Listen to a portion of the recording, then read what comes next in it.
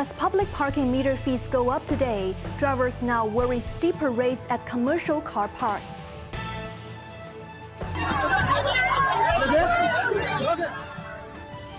Horror in India after a stampede kills dozens and injures more than 50 others at a political rally.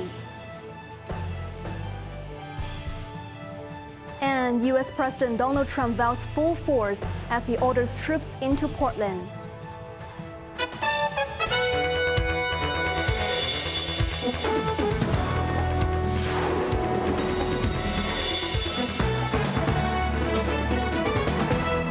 Good evening, you're watching Cable News. I'm Evan Bai. Drivers in the city have to dig deeper into their pockets starting today if they want to park their cars on the street, as the government has implemented a doubling of parking meter fees across the city, with the charge per 15 minutes rising from $2 to $4. Jeremy Zhu reports. This price hike, the first in 31 years, means the hourly rate has jumped from $8 to $16. However, the new rates do not apply to lorries, buses, or coaches. The increase has drawn mixed reactions from the public. This driver believed the adjustment was reasonable, noting that fees had remained unchanged for decades. However, this man expressed strong dissatisfaction, arguing that the increase was excessive given the current economic climate. He added that the government is raising costs in many areas, adding pressure on citizens, and that this official fee rise could encourage private car parks to follow suit. Following the doubling of meter charges, the price gap with nearby commercial car parks has narrowed significantly, as many shopping malls typically charge between $16 and $18 per hour on weekdays and over $20 on weekends. Some motorists even said it is now more cost-effective to park in private facilities, as they don't have to wait for a space to become available. The Transport Department stated the increase aims to accelerate turnover at metered spaces and better meet short-term parking needs. Jeremy Zhu, Cable News. The world's first methanol dual-fuel car carrier vessel, CM Hong Kong, embarked on its maiden trip out of Qingyi, bringing the city closer to becoming a green maritime fuel bunkering center. The vessel, commissioned by the China Merchants Group and registered in Hong Kong, measures 220 meters long and 38 meters wide. CM Hong Kong features a 13-layer car deck, 3 of which are liftable, allowing it to carry up to 9,300 vehicles. A group of electric vehicles manufactured in China are being transported to Europe on the ship's inaugural voyage, according to Secretary for Transport and Logistics Mabel Chen. Designed with cutting-edge technology, the ship can use green methanol as fuel, largely reducing greenhouse gas emissions by over 70%. Considering cost factors, methanol currently accounts for only a quarter of the fuel used, with the remaining using traditional fuel. Chief Secretary Eric Chan emphasized that the SAR government actively supports the maritime industry's transformation towards green maritime fuels, further boosting the city as a green maritime fuel bunkering center, a vision also mentioned in the latest policy address. Education chief said universities eyeing a spot in Northern Metropolis should align their plans with the development of the area. Meanwhile, she said Hong Kong aims to recruit more students from Southeast Asia as well as Belt and Road countries. Jimmy Liu reports. Next year, authorities are set to unveil development blueprints for the Northern Metropolis University town. At a radio program, Education Secretary Christine Choi shared what she expects from institutions interested in the project. You're not just moving into a new campus there, Choi said. She explained that each plot in the university town has a specific purpose, so schools should tailor their plans to boost collaboration with industries and other institutions. Meanwhile, on recruiting more overseas students to Hong Kong, Choi said the city needs a talent pool to support its economic growth. She said, as in many places globally, mainland Chinese and Indian students make up a significant share of Hong Kong's non-local student population. Looking ahead, the city plans to draw more students from ASEAN and Belt and Road nations by boosting awareness of what Hong Kong offers, such as scholarships, programs, faculty, and research opportunities. Regarding the government's plans to allow directly subsidized primary and secondary schools to expand the intake of non-local students, Choi assured local pupils that their quotas will not be affected. Jamie Liu, Cable News. Financial Secretary Paul Chan praised the outstanding performance of the city's financial market this year, pledging to strengthen its advantages and diversification to build a more resilient and comprehensive financial ecosystem. In the latest Global Financial Centers Index, Hong Kong maintains third place globally, narrowing the rating gaps with first-ranked New York and second-ranked London to just 2 and 1 points, respectively. The city also leapfrogged to the top in several categories, including fintech offerings, business environment, and infrastructure.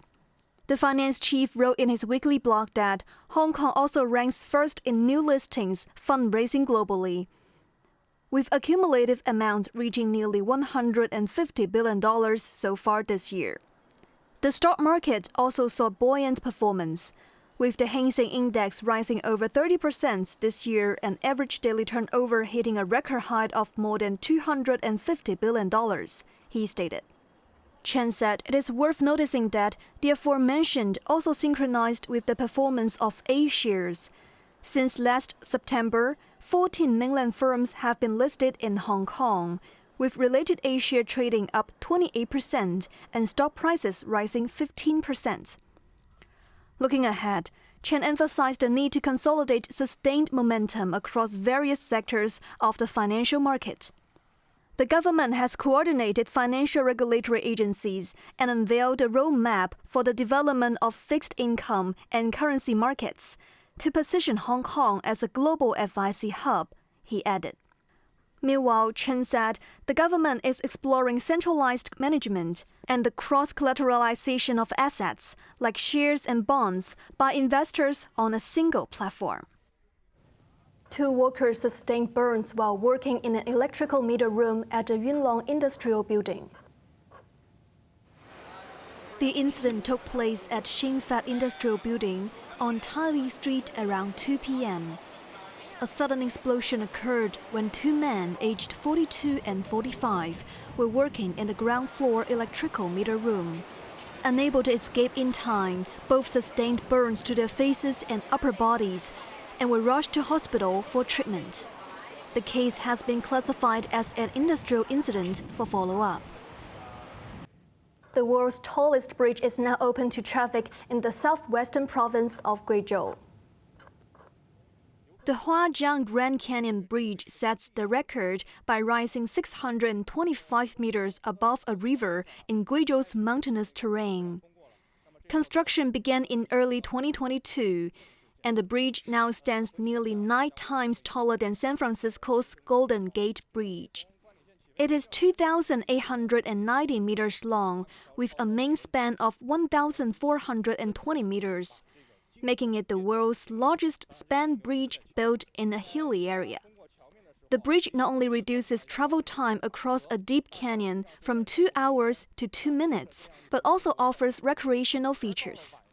They include sightseeing elevators taking visitors to a glass-enclosed observation hall, where activities like skydiving and bungee jumping are available. In southern India, at least 39 people were killed and 51 others were injured in a tragic stampede at a political rally. Jeremy Zhu reports. The rally was held in Tamil Nadu state, where local actor and politician Vijay was campaigning for his party ahead of next year's elections, with tens of thousands of people participating. Around 7 p.m. local time, as Vijay stood on top of a vehicle delivering his speech, supporters surged forward. During the rush, some people fell, triggering a stampede. Witnesses said some attendees fainted due to crowding. In response, Vijay was seen throwing water bottles into the crowd and urgently asking police for help. Online footage shows multiple people stumbling and falling near a white vehicle. While some tried to help pull those trapped from the crush, the crowd continued pushing forward uncontrollably. After the incident, the ground was strewn with shoes and personal belongings. With the injured rushed to hospital, many of those were already dead upon arrival. Local officials have announced a compensation of 1 million rupees for the family of each victim, and a committee has been set up to investigate the cause of the disaster. This is the second tragedy at BJ's events, as his first rally after forming his party last October also resulted in at least 6 deaths. Both Vijay and Indian Prime Minister Narendra Modi have expressed their condolences on social media. Jeremy Chu, Cable News. In his latest controversial use of the military for domestic purposes, United States President Donald Trump said he has ordered the deployment of troops to protect war-ravaged Portland against domestic terrorists, saying he was authorizing them to use full force if necessary. Portland and state leaders lambasted Trump, saying his actions were against their wishes. Bess Leung has more.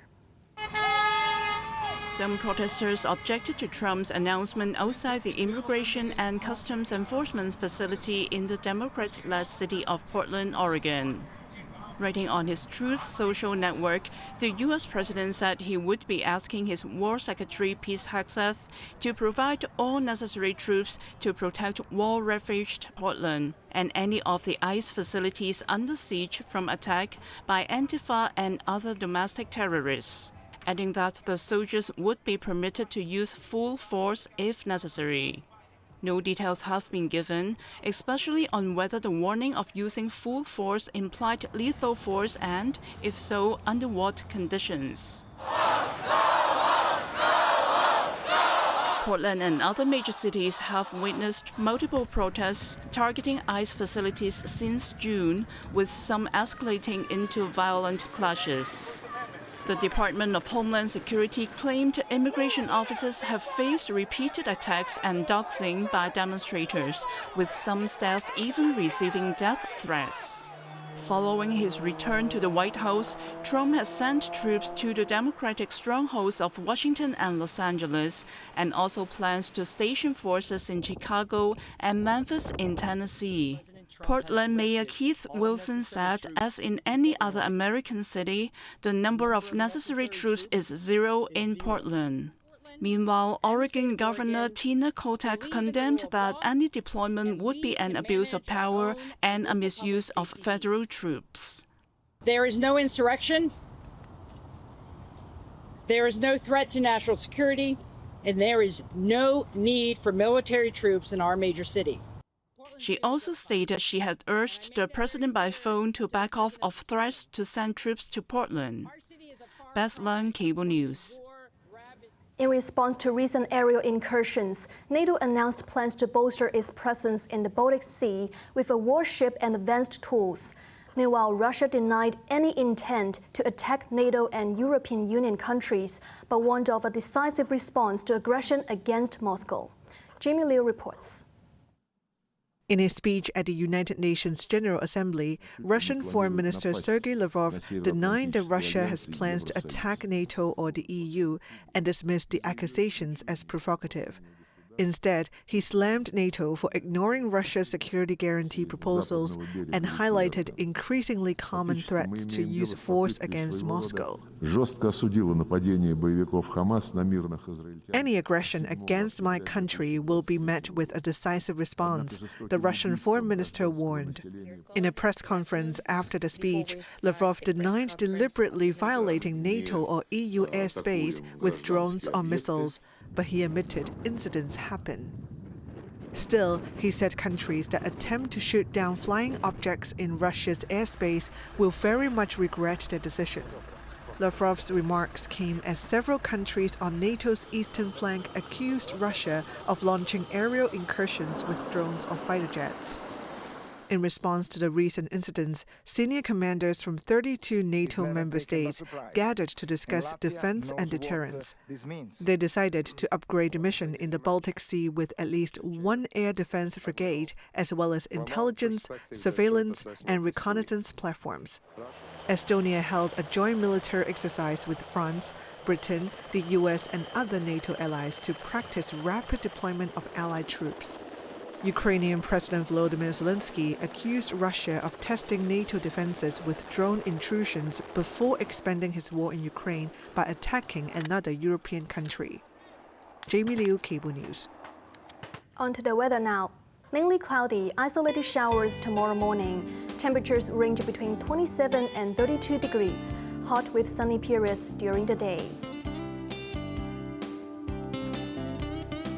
That's our news tonight. I'm Evelyn Bai. Thanks for watching and good night.